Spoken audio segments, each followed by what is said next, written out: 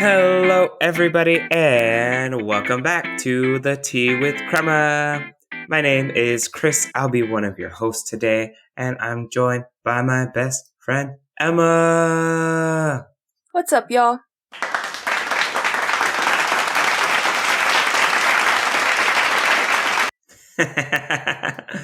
Welcome, Emma. Oh, goodness, they gave me sound effects on here. It's gonna be a mess. So if you see me just clicking around making noises, that's me. I found them. They working now. You know what's so crazy is because we had an entire episode dedicated to us playing with sounds. Like, how much easier would it have been had we just had it built into the platform already? I'm just saying, Riverside, wow, really impressive already. We still have to find the air horn, though. So disappointing. But yeah, we're looking. It's almost there.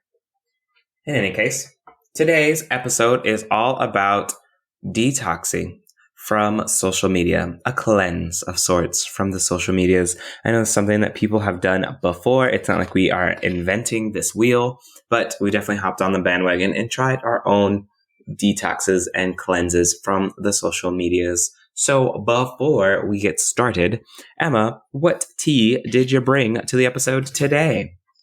Today, I am drinking a Spanish orange by Tecan. Oh, I just got that now. I think it's anyway, besides the point. It's a fruity sweet blend. It's actually really yummy. It's a fruit infusion, orange peach infusion.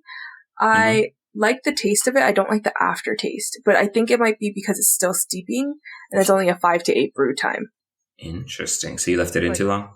Yeah. So the taste of it is nice in the front end, and then at the back end, it just becomes kind of dry in my throat.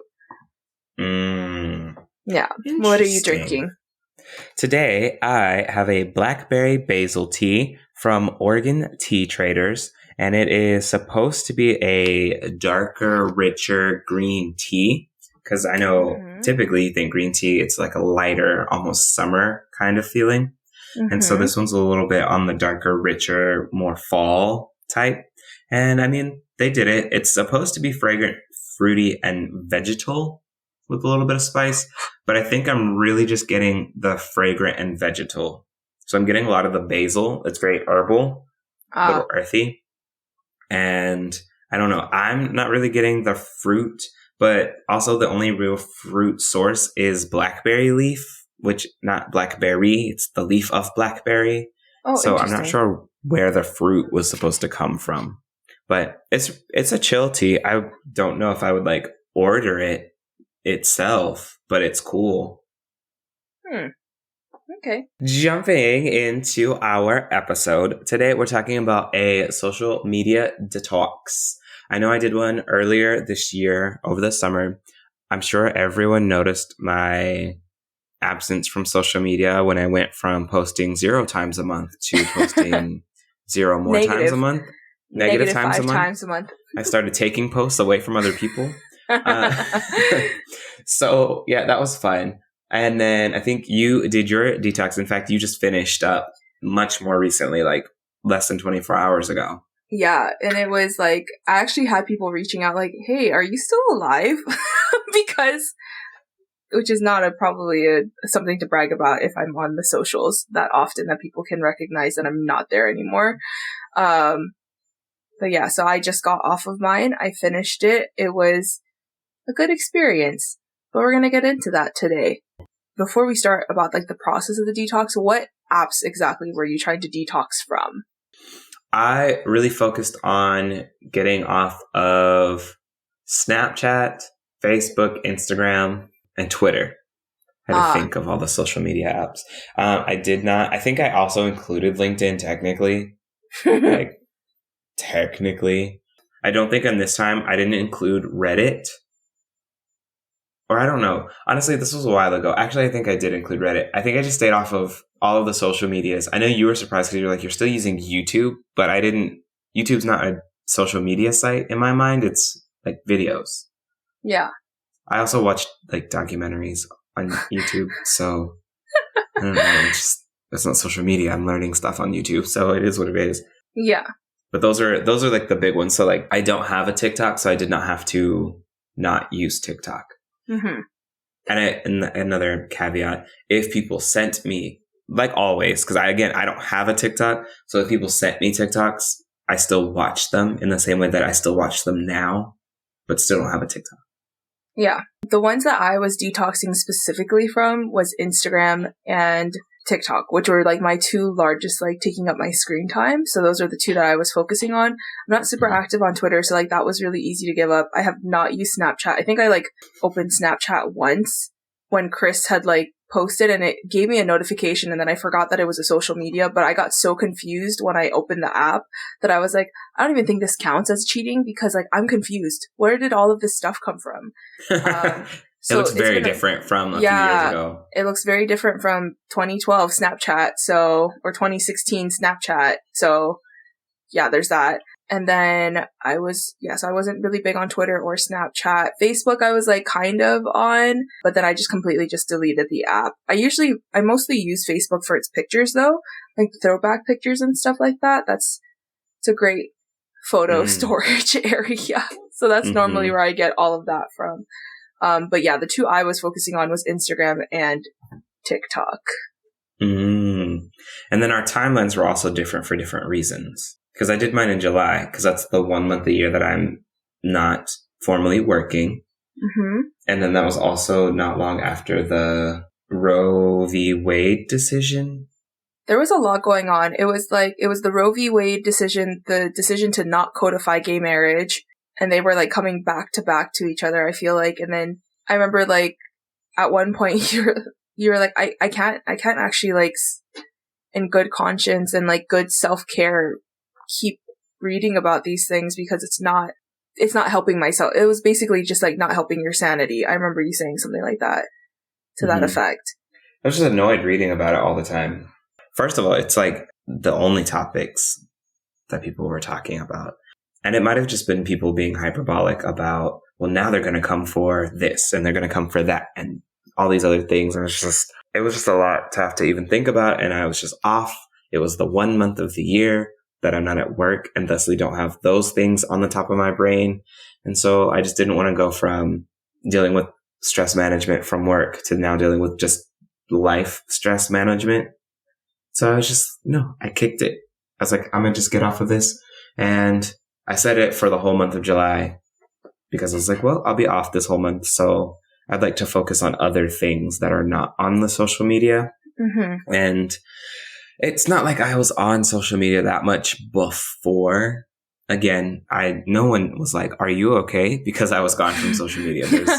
No one reached out to me. It was fine. I don't post anything to begin with.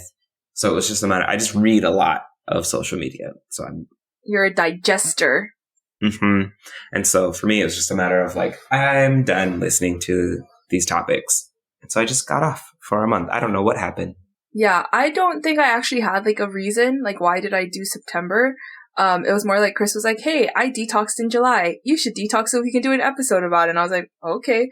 And then I think we were talking about it in August. So I was like, well, I can't do it now. Might as well just wait till September. And you're like, I mean, you could start tomorrow and then be done mid-September. And I was like, nope, I'll start September 1st. It was all fun and games until I started seeing your usage reports. Yeah, which was like ridiculous, which we'll get into at a certain point maybe. But yeah, those usage reports were really bad, but September was good because life update, my husband is now in Japan. I don't know if I said that yet.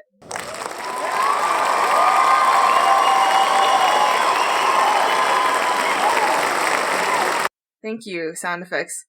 Yes, look at you. That would have been a great air horn moment, but we don't have it yet. Yeah, so you're just going to have to deal with my air horn. But yeah, so Isaac is officially in Japan. I think it was helpful because I had to prepare for him to get here, just like mentally prepare. And like, because I was spending so much time on social media, I was not taking good care of my home. So that also had to happen. I was also really exhausted coming back from being in the States all summer and then trying to transition into being home. So it was a good time for me to really just like recenter myself before Isaac got here. How nice. I'm glad you got that experience. Mm-hmm. So you did yours all September, like September 1st through the 30, however many days? 30? 30th? Was it the 30th? And I know, because again, I had the rule of if someone sent me something during that time, I still looked at it. Mm-hmm. Was that similar for you? Yeah, because my sister like sends me TikToks every day, and it's usually like Japan stuff, but also like disclaimer, it's things I've seen already. So she'll like send me videos, and sometimes it's like new stuff, but like I'll watch it and then I would like exit out. And so that was kind of hard too. Is like I feel like a lot of times people would send me stuff and I'd want to keep scrolling, and I just like had to like have that self control. Like, okay, I'm gonna watch the video and scroll out. And then like Isaac and I always like share TikToks back and forth as well. And so when he got to Japan, I was like, I don't know if I told you, but I'm actually on a social media detox. And he was like, oh, I'm so sorry. Like, I didn't realize. And he was sending me all these videos. You know, it got a little bit better. And then also now he's like in person, so he can just kind of show me his phone versus sending me something. And then Chris, you normally send me tweets. So yeah, I would like see it, but I wouldn't actively choose to then keep going and like watching, which I think sometimes is how I got into the rabbit hole, was that someone would send me something and then I just like continuously begin to scroll, just like mindlessly. So you didn't delete TikTok? I like moved it away from my app screen. You should have deleted it, because when you don't have the app, there's no scroll option. Oh, it just like plays. It plays in a browser. Which is weird because when Isaac sends it to me, it just plays. Or no, like it plays in a browser. It doesn't go straight to my TikTok. But I think that's because he has an Android. But when my sister sends it to me, it goes into the app. Yeah, I would recommend. So to even eliminate that temptation, should you continue or do this again one day in the future, delete the whole app. And you don't have to like delete it. You can just offload it, so then you still don't have access to the app itself. But yeah, it'll just open in a browser, and then like you literally cannot watch other videos. Yeah. And if you try to watch other videos, it'll make you download the app. I see. But no, it was really easy after just like that first week or so. I was able to just kind of like I was telling Chris that I had in that first couple of days, like I would just like not even thinking about it, just super mindlessly just open up my home screen and go straight to where TikTok is on my home screen. And it was like one of those things where I was like, oh wow, like I'm just like not even thinking about it anymore. Like it was just an unintentional movement of like, my brain is bored, let's go and do this thing. And so it took like a couple of days of unlearning and realizing like, okay, let's open up something else, or like, let's go do something else. Like, let's not focus on the apps, which was really difficult. The question is, without the apps, what were you doing in your free time? Oh God. So instead of my 6 hours being on TikTok, it was reading. I actually read, after I had done my social media reviews, I actually read 10 books this past month, which I didn't realize I was reading that often. But again, like it's an hour commute both ways from work. Yeah, so I read some books. I started some series. I finished the A League of Their Own series on Amazon Prime, which is really good. I would recommend to a friend. What did you do? Because it was also July, so like you also were like at home a lot more.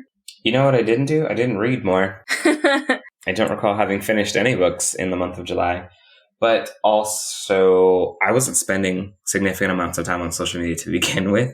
Yeah. So, again, I was not on social media to avoid specific topics specifically, as opposed to reduce time spent on my phone. My impulse control as it relates to my phone is not social media. There are like 2 games that I play on my phone, and that's like what I do to kind of be mindlessly on my phone. And so even that went down a little bit. And like generally my phone use has kind of really gone down a lot since then. I mean, not a lot. I just feel like I've only been using my phone in the past year or so for more work stuff. Womp womp. Is there a boo sound effect? There's no boo. Plot twist. There is a boo. I've just been hiding it. Womp womp womp.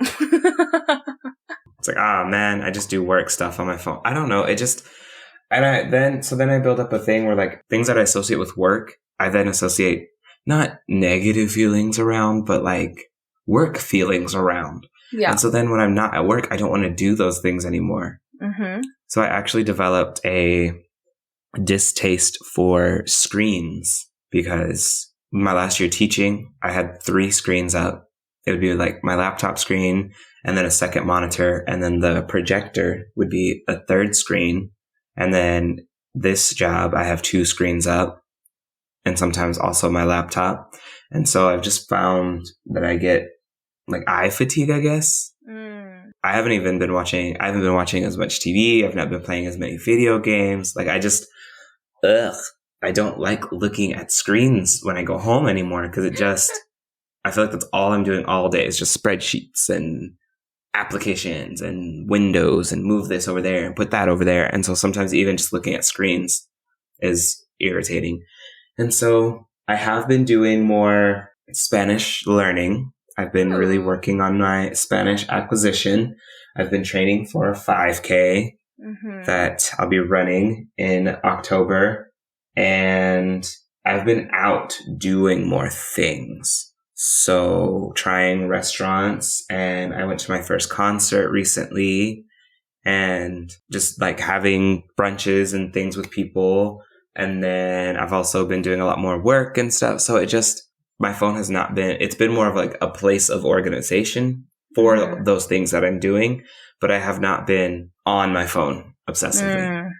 And I feel like that is your love language, is like quality time. Like you really do value experiences rather than like, and even in those experiences too, like, you know, everyone is pretty like disconnected, not on their phones and stuff when we hang out. Yeah, I fully get that. Mine was more so, I just knew I was spending so much time doing social media that I needed to like get off of it and it wasn't even like I was having like ill feelings towards social media either. Like, oh, I can see so-and-so is doing this with their life and like, why am I not doing that? No, I just like genuinely like seeing people's pictures of what's going on and being nosy. I think that I'm just like a naturally nosy person. So seeing like things like that. And, you know, TikTok was also one of those ways for me to just kind of like see what's going on in the world and see what people are doing. But also on top of that, like instead of getting my news from TikTok or getting my news from Instagram, which there was a study that this new generation is actually getting their news on Instagram more often than news sites, I was like, that's a little worrisome. But I was reading the news a lot more often, and I was like completing the New York Times crossword puzzle, which is like also when I realized that I know some words, but not all the words. So it's important for me to keep my brain moving and trying the crossword. That's also what I was doing. I get my news from CNN because I didn't want to keep getting it from social media. Yeah. Because again, like part of it is like a social media network is a curated group of people. So sometimes you just be reading very limited perspectives. It's also just like those buzzwords, right? It's those like fast hitting, like what's going to get me the most clicks, right? And then people just read those like 10 by 10 word slides versus reading the entire news article. So we're like pulling the most outrageous or the most sensational news instead of actually reading what's going on. See, I just pulled my report from this past week. Would you like to guess what my most used app was? Reddit. No. YouTube.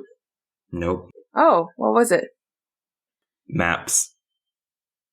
Getting to and from work. Literally, I'm like, it's maps and messages. That's it. I went from my most used being TikTok, and I think I had actually sent Chris a picture at the beginning because I was like, oh, this is just to like, for reference. Okay, so when I started on August 30th, my daily average was at 5 hours and 17 minutes, with my TikTok being at 3 hours on average. Per day? Oh no, that was in a day. That was one day. That was my last day. I was on there for 2 hours and 49 minutes on TikTok, and then on Instagram for an hour and 18 minutes. So almost 5 hours of my day just on that day on social media. You could literally watch like 2 or 3 movies in that time. Yeah. And then, so that was one day. Well, I can see like some point in the middle of your cleanse, you spent 15 hours on Libby in a week. Yes. Oh, I think that might have been the week that I was picking up Isaac, though, which was a 2-hour train ride to the airport and then a 2-hour train ride back.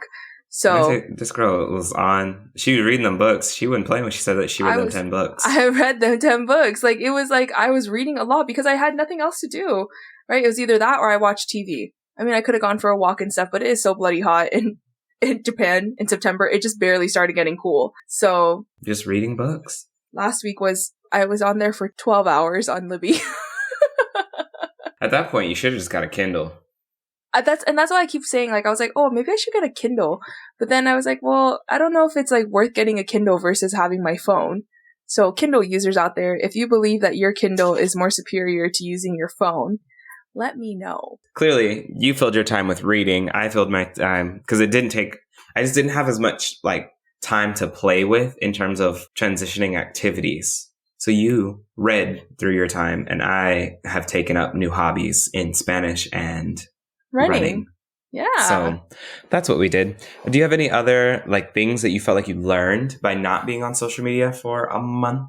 Either about yourself or about your phone? Because I discovered new features when I was on my cleanse.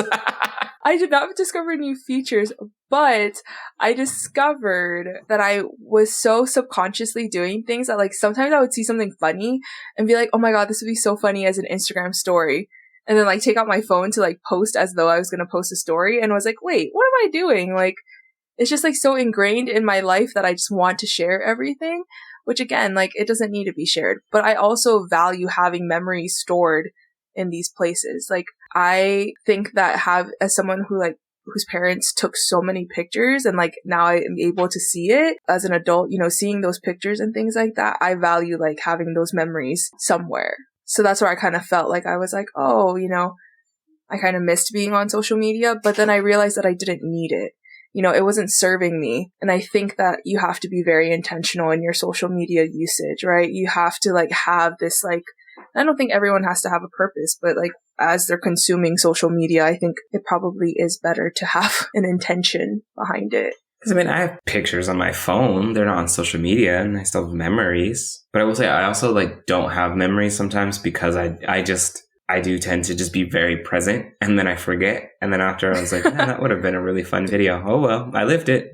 I lived through it. It's so funny because one of my girlfriends, it was one of the girls that I had traveled to Europe with. Mm-hmm. And during that Europe trip, the entire time she's like, no guys, we're like living in the moment. Like this is like time for us to like live here. And like we're never going to be 22 years old again in Europe, blah, blah, blah. Okay. Fast forward. We're 28 now. And she goes, guys, I don't remember anything about Spain. I was like, yeah, little miss, I don't want to be taking pictures and stuff because I'm going to remember everything up here. This is my mental camera. I was like, now what? And she goes, I just like kind of regret that I didn't take more pictures because the rest of the 4 of us, we all got our pictures. But she was so adamant that she didn't want any single pictures that she was like, she's mostly in just the group shots. And so she's like, yeah, now I kind of regret only having group shots and none of just like myself. And I think that's like almost like the other extreme side of it where, again, I don't put it on social media, but I have it. Like it exists on my phone. Like it's there. Mm-hmm. I have pictures. I have things that I've done, but it's not on Instagram or Snapchat. That's not where I choose to store those memories. And so, yeah, on that case, we should definitely talk to your friend and be like, hey, similar to like a point and click camera, our parents didn't hang those pictures outside of our house for everyone to see. They just kept them so that we could look at them later. Which is so funny because she didn't have an iPhone like us when we went on the trip. She just had like an Android, but she had like she had borrowed her brother's like professional camera.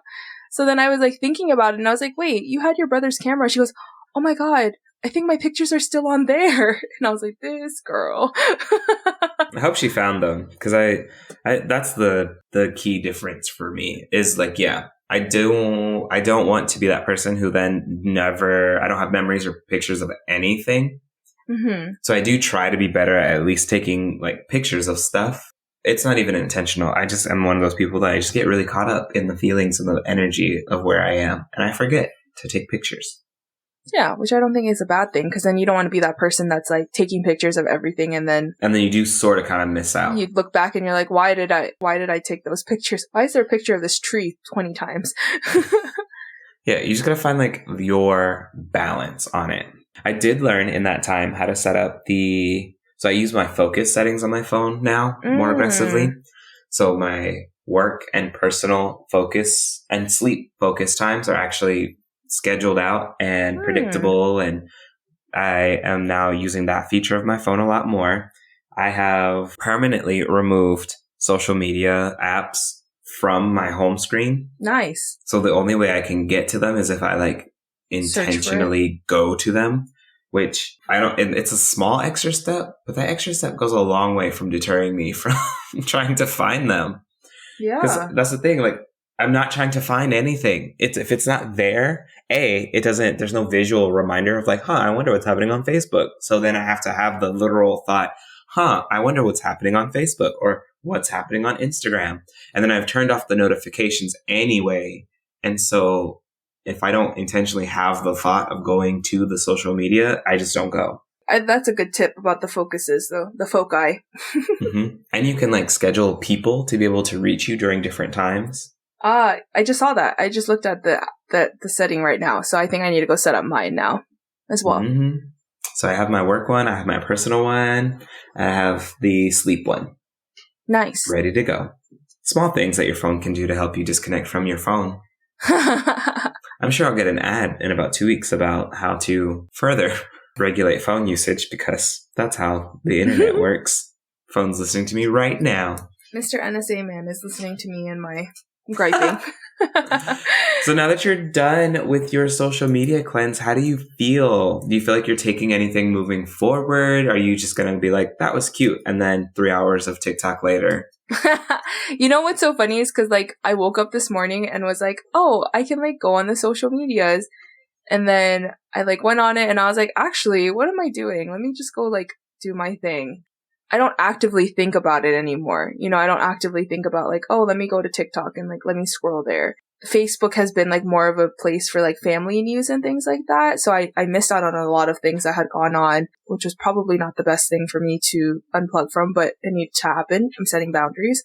I think moving forward, I will definitely be more intentional. I don't know yet exactly what is my intention with social media. So I think that's going to be my next step is like setting what are my intentions in terms of using it.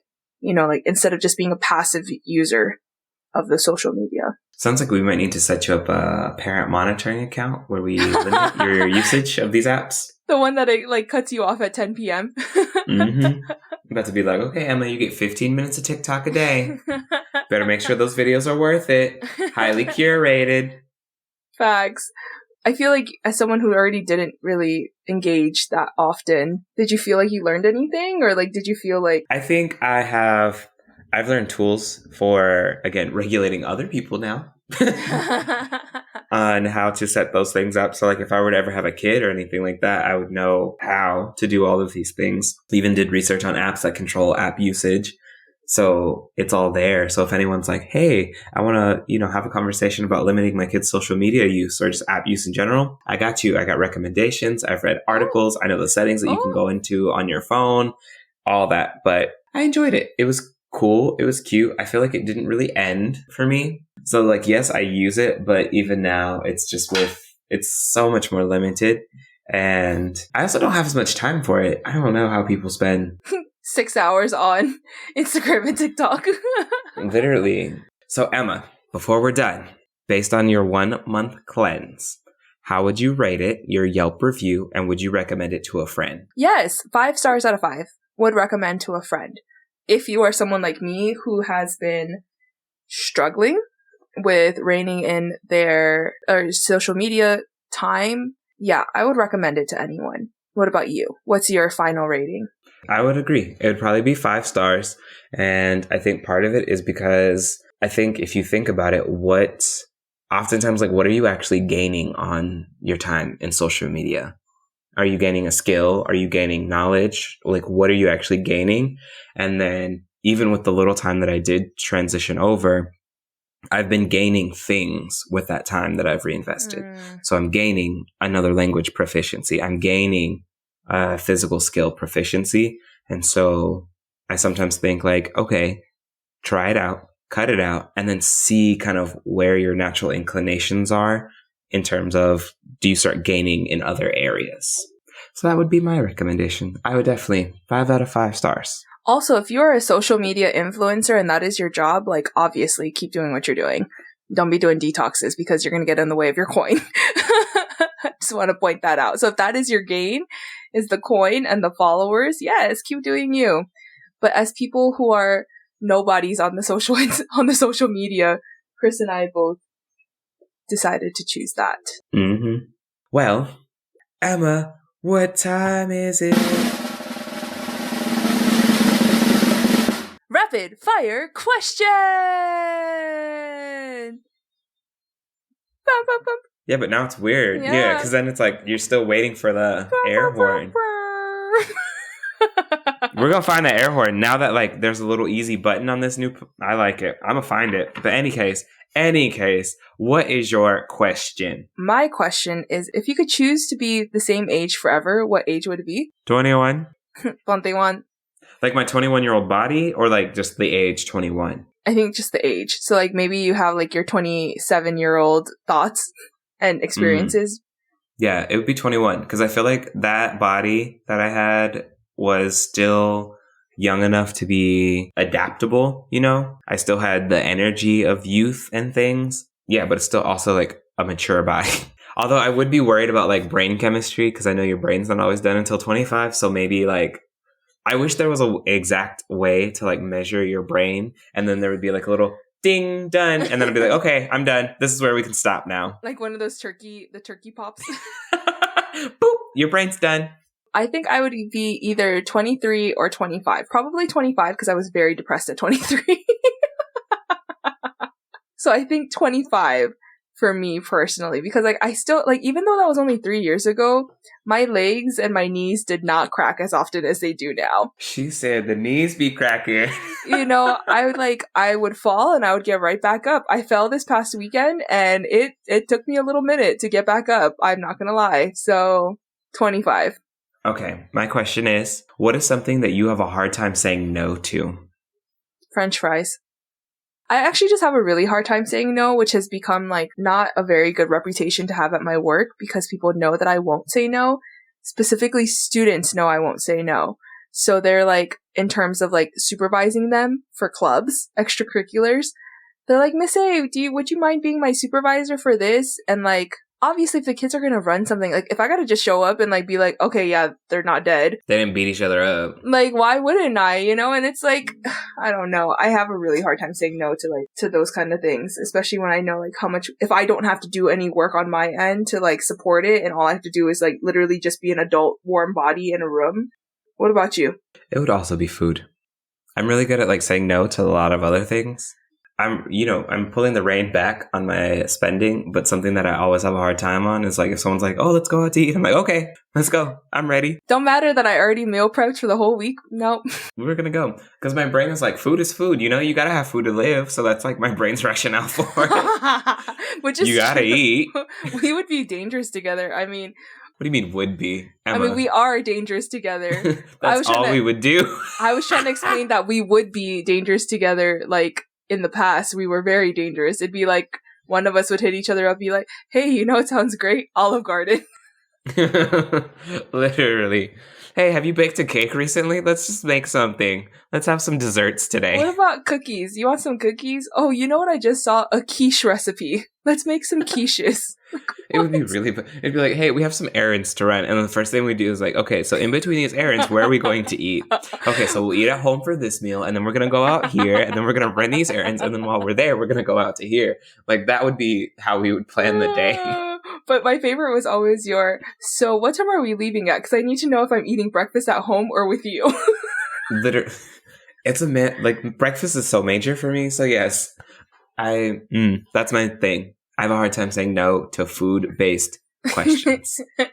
Well, Emma, where can people find the podcast? You can find our podcast on Instagram and Twitter at The Tea with Crema. You can also stream our podcast anywhere that you like to stream your favorite podcasts. We are also on YouTube at The Tea with Crema.